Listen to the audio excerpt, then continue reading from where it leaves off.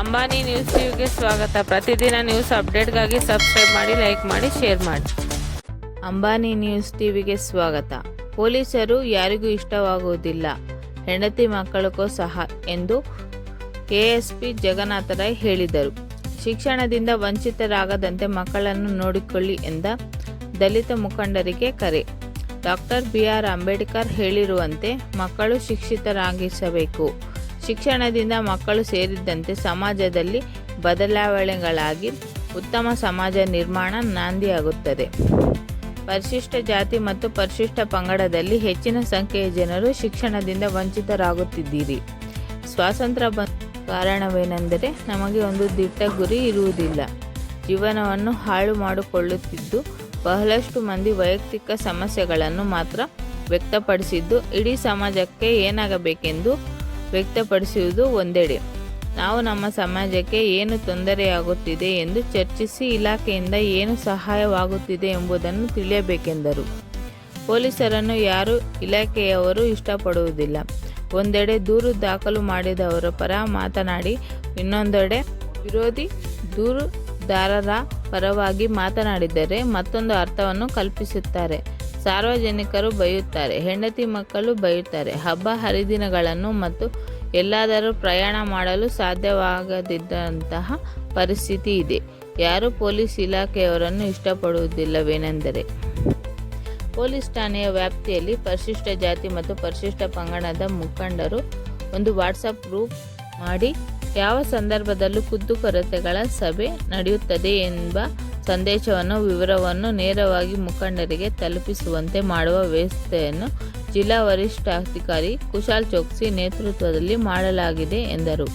ಕಾನೂನು ಮೊದಲಿನಂತಿಲ್ಲ. ಬ್ರಿಟಿಷರ ಕಾಲದಲ್ಲಿಯೂ ಆರೋಪಗಳನ್ನು ಎಳೆದುಕೊಂಡು ಬರುವಂತೆ ಈಗಿನ ಕಾನೂನಿನಲ್ಲಿಲ್ಲ. ಬದಲಾಗಿ ಯಾವುದೇ ವ್ಯಕ್ತಿಯನ್ನು ಗೌರವಯುತವಾಗಿ ಕರೆದುಕೊಂಡು ಒಂದು ಕಾನೂನಿನ ರೀತಿಯಲ್ಲಿ ವಿಚಾರಣೆ ಮಾಡಬೇಕಾಗಿದೆ. ಸುಪ್ರೀಂ ಕೋರ್ಟ್ ಮತ್ತು ಹೈಕೋರ್ಟಲ್ಲಿ ಹಲವು ಬದಲಾವಣೆಯ ಕಾನೂನುಗಳನ್ನು ರೂಪಿಸತಕ್ಕದ್ದು. ಇದರಿಂದ ಯಾರಿಗೂ ಹಗುರವಾಗಿ ನೋಡಿಕೊಳ್ಳುವಂತಿಲ್ಲ. ಅದನ್ನು ಧಿಕ್ಕರಿಸಿದರೆ ನಾವೇ ಅಪರಾಧಿ ಸ್ಥಾನದಲ್ಲಿ ನಿಲ್ಲಬೇಕಾಗುತ್ತದೆ ಎಂದು ಬುದ್ಧಿವಂತರ ಕಾನೂನಿನ ಅರಿವಿದ್ದು ಅದರಂತೆ ಎಲ್ಲರೂ ನಡೆದುಕೊಳ್ಳಬೇಕೆಂದರು. ಸಮಾಜದ ಮುಖಂಡರುಗಳಾದ ವಿ. ಅಮರ್, ಕೋಡಿಗಲ್ ರಮೇಶ್, ಬಿಡಾ ಶ್ರೀನಿವಾಸ್, ಜನಾರ್ದನ್, ಜನನಾಗಪ್ಪ, ಊಲವಾಡಿ ರಾಮಪ್ಪ, ಶಿಡ್ಲಘಟ್ಟದ ಕೃಷ್ಣಮೂರ್ತಿ, ಶ್ರೀರಂಗಪ್ಪ, ನಾರಾಯಣಸ್ವಾಮಿ, ಆನಂದ್, ದಾನಮ್ಮ ಮತ್ತಿತರರ ಸಮಾಜ ಮುಖಂಡರು ಸಮಾಜದ ಮೇಲಾಗುತ್ತಿರುವ ದೌರ್ಜನ್ಯಗಳು ಹಾಗೂ ಸಮಾಜದ ಯುವಕರು ಹಲವು ದುಶ್ಚಟಗಳಿಗೆ ಬಲಿಯಾಗುತ್ತಿದ್ದು ಅದನ್ನು ತಡೆಯಬೇಕಾಗಿದ್ದರೆ ಹಾಗೂ ಯಾರು ತಪ್ಪಿತಸ್ಥರು ಇರುತ್ತಾರೋ ಅವರ ವಿರುದ್ಧ ಕ್ರಮ ಜರುಗಿಸಿ ಪರಿಶಿಷ್ಟ ಜಾತಿ ಮತ್ತು ಪರಿಶಿಷ್ಟ ಪಂಗಡದ ಸಮಾಜದ ನೋವನ್ನು ತಡೆಯಬೇಕೆಂದರೆ ಕುಂದುಕೊರತೆಗಳ ಸಭೆಯಲ್ಲಿ ಪೋಕ್ಸೋ ವಿಚಾರ, APMC ಏಡ್ಸ್ನಲ್ಲಿ ನಡೆಯುತ್ತಿರುವ ಆಹಾರ ಕಲಬೆರಕೆ, ವಸತಿ ನಿಲಯಗಳು, ಹೆಣ್ಣು ಹಂಪಲುಗಳಿಗೆ ಹಣ್ಣಾಗಿಸುವ ವಿಧಾನ, ಗ್ರಾಮೀಣ ಪ್ರದೇಶದಲ್ಲಿ ಕಟಿಂಗ್ ವಿಚಾರ, ತಾರತಮ್ಯ, ಟ್ರಾಫಿಕ್ ಜಾಮ್, ಜೂಜಾಟ ಹಾಗೂ ಪೊಲೀಸ್ ಠಾಣೆಗಳಲ್ಲಿ ಕಾಳಿ ಹಾಳೆಯಲ್ಲಿ ಸಹಿ ಹಾಕಿಸಿಕೊಳ್ಳುತ್ತಿರುವುದು ಸೇರಿದಂತೆ ಪೊಲೀಸ್ ಠಾಣೆಯ ಬರಹಗಾರರಿಗೆ, ರೈಟರ್ಸ್ಗೆ ಪೇಪರ್ಸ್ ಬಂಡಲ್ಗಳನ್ನು ತಂದುಕೊಟ್ಟು ಬೇಕಾಗಿರುವ ದಲಿತ ಕಾಲೋನಿಗಳಲ್ಲಿ ವಿವಿಧ ಮಾದಕ ದ್ರವ್ಯಗಳಿಗೆ ಯುವಕರು ಬಲಿಪಶುಗಳನ್ನಾಗಿ ಸುತ್ತುತ್ತಿರುವುದು ಬಗ್ಗೆ ದಲಿತ ಮುಖಂಡರು ಧ್ವನಿ ಎತ್ತಿ ಮಾತನಾಡಿದರು.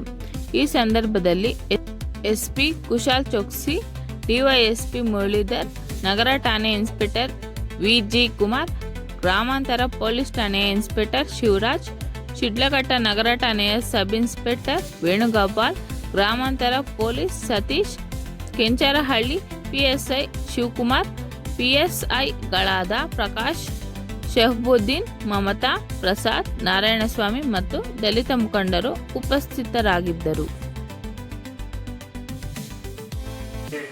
ನಮ್ಮ ಪರಿಶಿಷ್ಟ ವರ್ಗ ಮತ್ತು ಪರಿಶಿಷ್ಟ ಪಂಗಡಗಳ ಕುಂದುಕೊರತೆ ವಿಭಾಗನ ನಮ್ಮ ಠಾಣೆಯ ಮಟ್ಟದಲ್ಲಿ ಮಾಡ್ತಾ ಇರ್ತೇವೆ.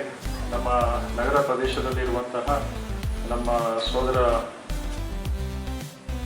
ಸಿಬ್ಬಂದಿಗಳು ಅಥವಾ ನಮ್ಮ ಏನು ಜನರಿದ್ದಾರೆ. ಅವ್ರು ಏನು ಕಾಲಕಾಲಕ್ಕೆ ನಮ್ಮನ್ನು ಈ ಏನು ಸಂಕಷ್ಟಗಳಿದೆ ನಮ್ಮ ನಗರ ಠಾಣೆಯ ವ್ಯಾಪ್ತಿಯಲ್ಲಿ ಅದು ನಮ್ಮ ನಗರಕ್ಕೆ ನನ್ನ ಗಮನಕ್ಕೆ ತಂದಿದ್ದಾರೆ. ಅದರಲ್ಲಿ ಮೊದಲನೇದಾಗಿ ಈ ನಮ್ಮ ನಗರ ಪ್ರದೇಶದಲ್ಲಿ ಆರಾಧನೆಗಳಲ್ಲಿ ಕಲಬೆರಕೆ ಮಾಡ್ತಾರೆ, ಇದ್ರ ಬಗ್ಗೆ ನೀವು ಸ್ವಲ್ಪ ಏನಾದ್ರು ಗಮನ ಹರಿಸಿ ಸ್ವಾಮಿ ಅಂತ ಕೇಳಿದರು. ಆ ಪ್ರಕಾರ ನಾವು ಆರೋಗ್ಯ ಇಲಾಖೆಗೆ ಪತ್ರ ಬರೆದ್ವಿ. ಆರೋಗ್ಯ ಇಲಾಖೆಯ ಅಧಿಕಾರಿಗಳನ್ನು ಕರೆಸಿ ಅದೆಲ್ಲಿ ಕಲಬೆರಕೆ ಆಗುತ್ತೆ ಅನ್ನೋ ಥರದನ್ನು ಹುಡುಕಿದ್ವಿ. ಕುಂದುಕೊರತೆಗಳನ್ನ ನಮ್ಮ SP ಸಾಹೇಬರು ಕರೆದಿದ್ದಾರೆ. ಇದಕ್ಕೆ ನಮ್ಮ ಒಂದು ಸಂತೋಷವನ್ನು ವ್ಯಕ್ತಪಡಿಸ್ತೇವೆ.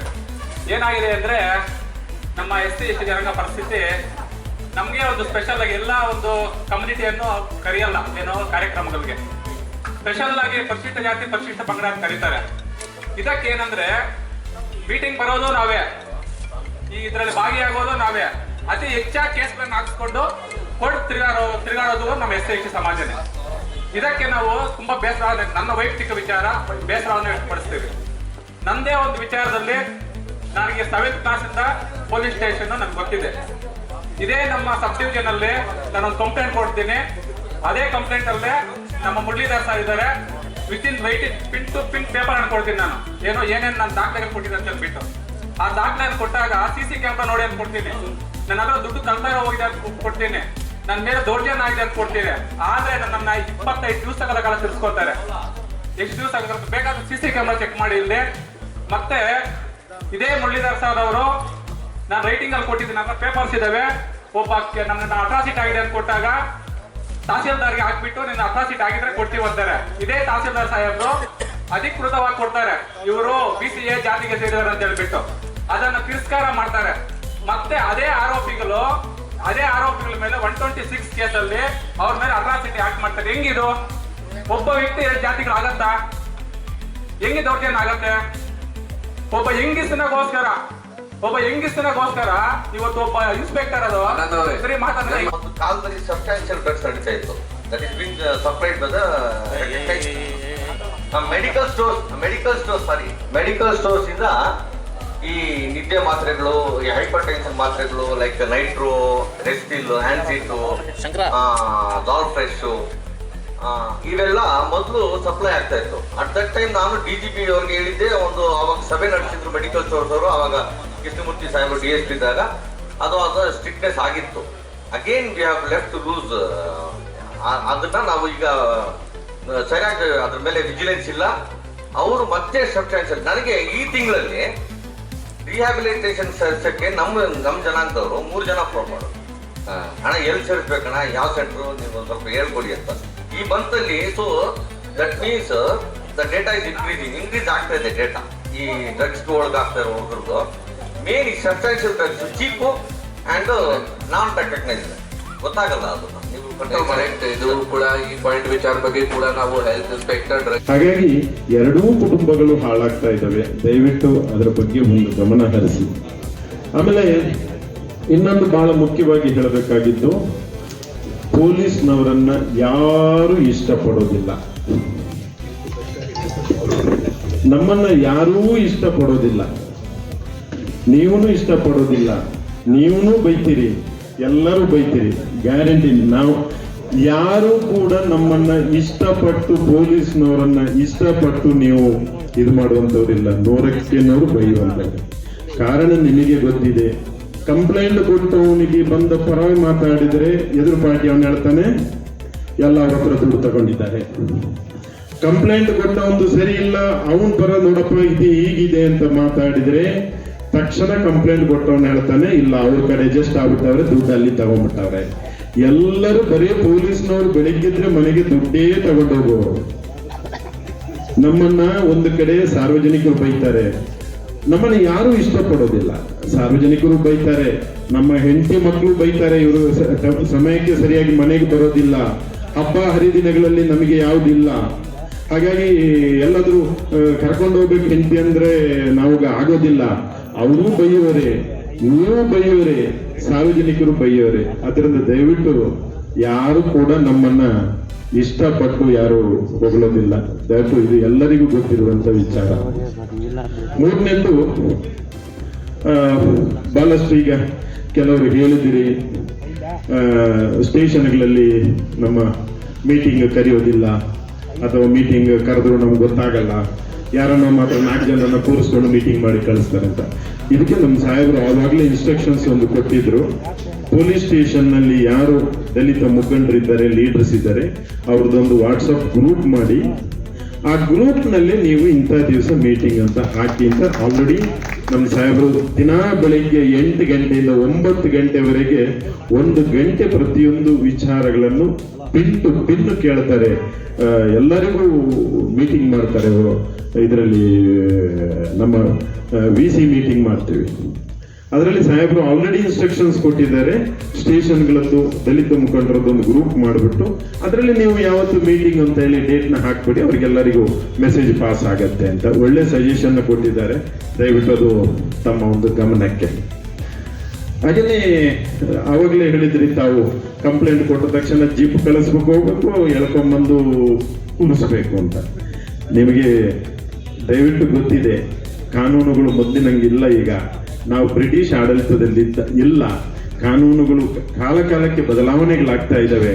ಈಗ ಮೊದಲು CRPC IPC ಅಂತ ಇತ್ತು, ಈಗ ಅದು ಹೋಗಿ BNSS ಅಂತ ಬಂದಿದೆ. ದಯವಿಟ್ಟು ಕಾನೂನಿನಲ್ಲಿ ಬಹಳಷ್ಟು ಬದಲಾವಣೆಗಳಾಗಿದ್ದಾವೆ. ಬಹಳಷ್ಟು ಕೇಸುಗಳಲ್ಲಿ ಏನೇನು ಅನ್ನೋದನ್ನ ದಿನಾ ಸುಪ್ರೀಂ ಕೋರ್ಟ್, ಹೈಕೋರ್ಟ್ ಗೈಡ್ಲೈನ್ಸ್ ಕೊಡ್ತಾ ಇರ್ತದೆ. 1000 ಗೈಡ್ಲೈನ್ಸ್ ಬರ್ತದೆ. ಅದನ್ನ ಫಾಲೋ ಮಾಡಲಿಲ್ಲ ಅಂದ್ರೆ ಮತ್ತೆ ನಾವೇ ಒಂದ್ ಕಡೆ ಅಪರಾಧಿಗಳಾಗ್ತೀವಿ. ಹಾಗಾಗಿ ಮೊದಲಿನ ತರ ನಾವು ಎಳ್ಕೊಂಬರೋದು ಆ ಕಾಲಗಳೆಲ್ಲ ಹೋಯ್ತು. ಈಗ ನೋಟಿಸ್ ಕೊಡಬೇಕು, ನೋಟಿಸ್ ಕೊಟ್ಟು ಕರಿಬೇಕು. ತಿಂಡಿ ಮೊನ್ನೆ ಒಂದು ಬಾಗೇಪಲ್ಲಿ ಹಾಗಾಗ್ತದೆ. ಹಾಗಾಗಿ ಕಾನೂನುಗಳು ಬದಲಾವಣೆ ಆದಂಗೆ ನಾವು ಕೂಡ ಅದರಲ್ಲಿ ಬದಲಾವಣೆ ಆಗಬೇಕು. ಇವತ್ತು ಎಲ್ಲರೂ ಬುದ್ಧಿವಂತರಿದ್ದಾರೆ, ಎಲ್ಲರೂ ಎಜುಕೇಟೆಡ್ ಇದ್ದಾರೆ. ಹಾಗಾಗಿ ಕಾನೂನು ಏನಿದೆ ಅದರ ಪ್ರಕಾರ ನಾವು ಕೆಲಸ ಮಾಡಿಕೊಂಡು ಹೋಗಬೇಕಾಗತ್ತೆ. ಅದೊಂದು ತಮ್ಮ ಗಮನಕ್ಕೆ. ಅದರೊಟ್ಟಿಗೆ ಕನ್ವಿಕ್ಷನ್ ರೇಟ್ ಬಹಳ ಕಮ್ಮಿ ಆಗಿದೆ ಅಂತ ಕೆಲವು. ಯಾಕಂದ್ರೆ ಇದೆಲ್ಲ ನಾನು ಯಾಕೆ ಡಿಸ್ಕಷನ್ ಮಾಡ್ತಾ ಇದ್ದೀನಿ ಅಂದ್ರೆ, ಇದು ಇನ್ ಜನರಲ್ ಪ್ರಶ್ನೆಗಳಿಗೆ ಉತ್ತರ, ವೈಯಕ್ತಿಕ ಪ್ರಶ್ನೆಗಳಿಗೆ ಯಾರಿಗೂ ಉತ್ತರ ಕೊಡ್ತಾ ಇಲ್ಲ. ಕನ್ವಿಕ್ಷನ್ ರೇಟ್ ಕಮ್ಮಿ ಆಗಿದೆ ಅಂತ ನೋಡಿ. ಬಹಳ ಖುಷಿ ಆಯ್ತು. ಎಲ್ಲ ಮುಖಂಡರು ತಮ್ಮ ತಮ್ಮ ಅಹವಾಲುಗಳನ್ನ, ಇದರಿಂದ ಸಮಾಜಕ್ಕೆ ಆಗ್ತಾ ಇರುವಂತಹ ತೊಂದರೆಗಳನ್ನ ಸವಿವರವಾಗಿ ಹೇಳಿದ್ದೀರಿ. ಅವೆಲ್ಲದರ ಬಗ್ಗೆ ನಾವು ಕೂಡ ಗಮನ ಹರಿಸ್ತೇವೆ. ಬಾಬಾ ಸಾಹೇಬ್ ಅಂಬೇಡ್ಕರ್ ಹೇಳಿದ್ದಾರೆ, ನಾವು ನಮ್ಮ ಮಕ್ಕಳನ್ನ ಶಿಕ್ಷಣದಲ್ಲಿ ಮುಂದೆ ತರಬೇಕು ಅಂತ. ಇಲ್ಲಿ ಬಹಳಷ್ಟು ಜನ ಅವಾಗಲೇ ಹೇಳಿದ್ರು, ಶಿಕ್ಷಣದ ಕೊರತೆ ನಮ್ಮಲ್ಲಿ ಇದೆ ಅಂತ. ನಾವು ಕೂಡ ಒಪ್ಕೊಳ್ತೀವಿ. ನಾವು ಸ್ವಾತಂತ್ರ್ಯ ಬಂದು 75 ವರ್ಷಗಳಾದರೂ ಕೂಡ ಇವತ್ತು ನಮ್ಮ ಬಹಳಷ್ಟು ಮಕ್ಕಳು ಶಿಕ್ಷಣದಿಂದ ವಂಚಿತರಾಗ್ತಾ ಇದ್ದಾರೆ. ಶಿಕ್ಷಣದಿಂದ ಯಾಕೆ ವಂಚಿತರಾಗ್ತಾ ಇದ್ದಾರೆ ನಮ್ಮ ಈ ಜನಾಂಗದವರು ಅಂದ್ರೆ, ನಮಗೆ ಗುರಿ ಇರೋದಿಲ್ಲ. ನಾವು ಸುಮ್ಮನಿಲ್ಲದೆ ಈ ನಮ್ಮ ಜೀವನವನ್ನ ಹಾಳು ಮಾಡ್ಕೊಳ್ತಾ ಇದ್ದೀವಿ. ನಮ್ಮ ಸಮಾಜ ಮುಂದೆ ಬರಕ್ಕೆ ಆಗ್ತಾ ಇಲ್ಲ. ದಯವಿಟ್ಟು ತಪ್ಪು ತಿಳ್ಕೋಬೇಡಿ. ಬಹಳಷ್ಟು ಜನ ನಿಮ್ಮ ವೈಯಕ್ತಿಕ ಕೇಸುಗಳ ಬಗ್ಗೆನೇ ಜಾಸ್ತಿ ಮಾತಾಡಿದ್ದೀರಿ ಹೊರತು ಕುಂದುಕೊರತೆಯಲ್ಲಿ ಇಡೀ ನಮ್ಮ ಸಮಾಜಕ್ಕೆ ಏನಾಗಬೇಕು ಅನ್ನೋದ್ರ ಬಗ್ಗೆ ಡಿಸ್ಕಷನ್ ಬಹಳ ಕಮ್ಮಿ ಆಗಿದೆ. ಇದು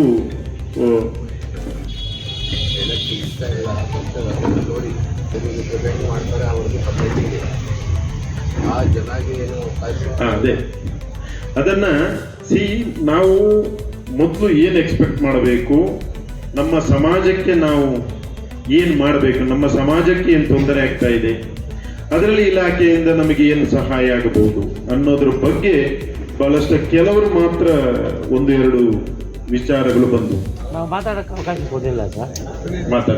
ಕೊಡ್ತೇನೆ. ನೀವೇ ಬಹಳ ಮಾತಾಡಿದ್ರಿ, ನಾವ್ ಯಾರು ಮಾತಾಡಿಲ್ಲ. ಇಲ್ಲ ನಿಮ್ಮ ಹೊರೆ ಆಗ್ತಾ ಇಲ್ಲ. ನಾನು ವಿಚಾರವನ್ನ ಹೇಳ್ತಾ ಇದ್ದೀನಿ. ಬಹಳಷ್ಟು ಇವತ್ತು ನೀವು ತಿಳ್ಕೋಬೇಕು, ಪೋಕ್ಸೋ ಕೇಸಲ್ಲಿ ನೀವು ಇದ್ರ ಬಗ್ಗೆ ಯಾರು ಗಮನ ಹರಿಸಿಲ್ಲ. ಅವರು ಒಬ್ರು ಸ್ವಲ್ಪ ಹೇಳಿದ್ರು. ಇವತ್ತು ಹೈಯೆಸ್ಟ್ ಪೋಕ್ಸೋ ಕೇಸುಗಳು ಆಗ್ತಾ ಇರುವಂತದ್ದು ಪರಿಶಿಷ್ಟ ಜಾತಿ, ಪರಿಶಿಷ್ಟ ಪಂಗಡದ ಹೆಣ್ಣು ಮಕ್ಕಳ ಮೇಲೆ. ನಾವು ಯಾರು ಅದರ ಬಗ್ಗೆ ಗಮನ ಹರಿಸ್ತಾ ಇಲ್ಲ.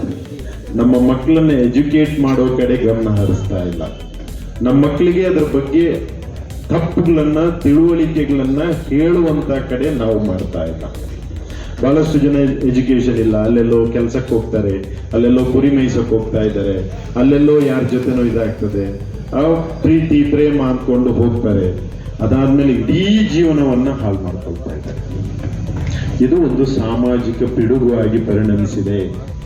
ದಯವಿಟ್ಟು ಇದರ ಬಗ್ಗೆ, ನಮ್ಮ ಮಕ್ಕಳ ಬಗ್ಗೆ ನಾವು ಎಲ್ಲ ಕಡೆ ಹೋದಲ್ಲಿ ಸ್ಕೂಲ್ಗಳಲ್ಲಿ ಪಾಠ ಮಾಡ್ತೀವಿ, ಹಳ್ಳಿಗಳಲ್ಲಿ ಹೋದ್ರೆ ಪಾಠ ಮಾಡ್ತೀವಿ, ಎಲ್ಲ ಕಡೆ ಹೇಳ್ತಾ ಇದ್ದೀವಿ.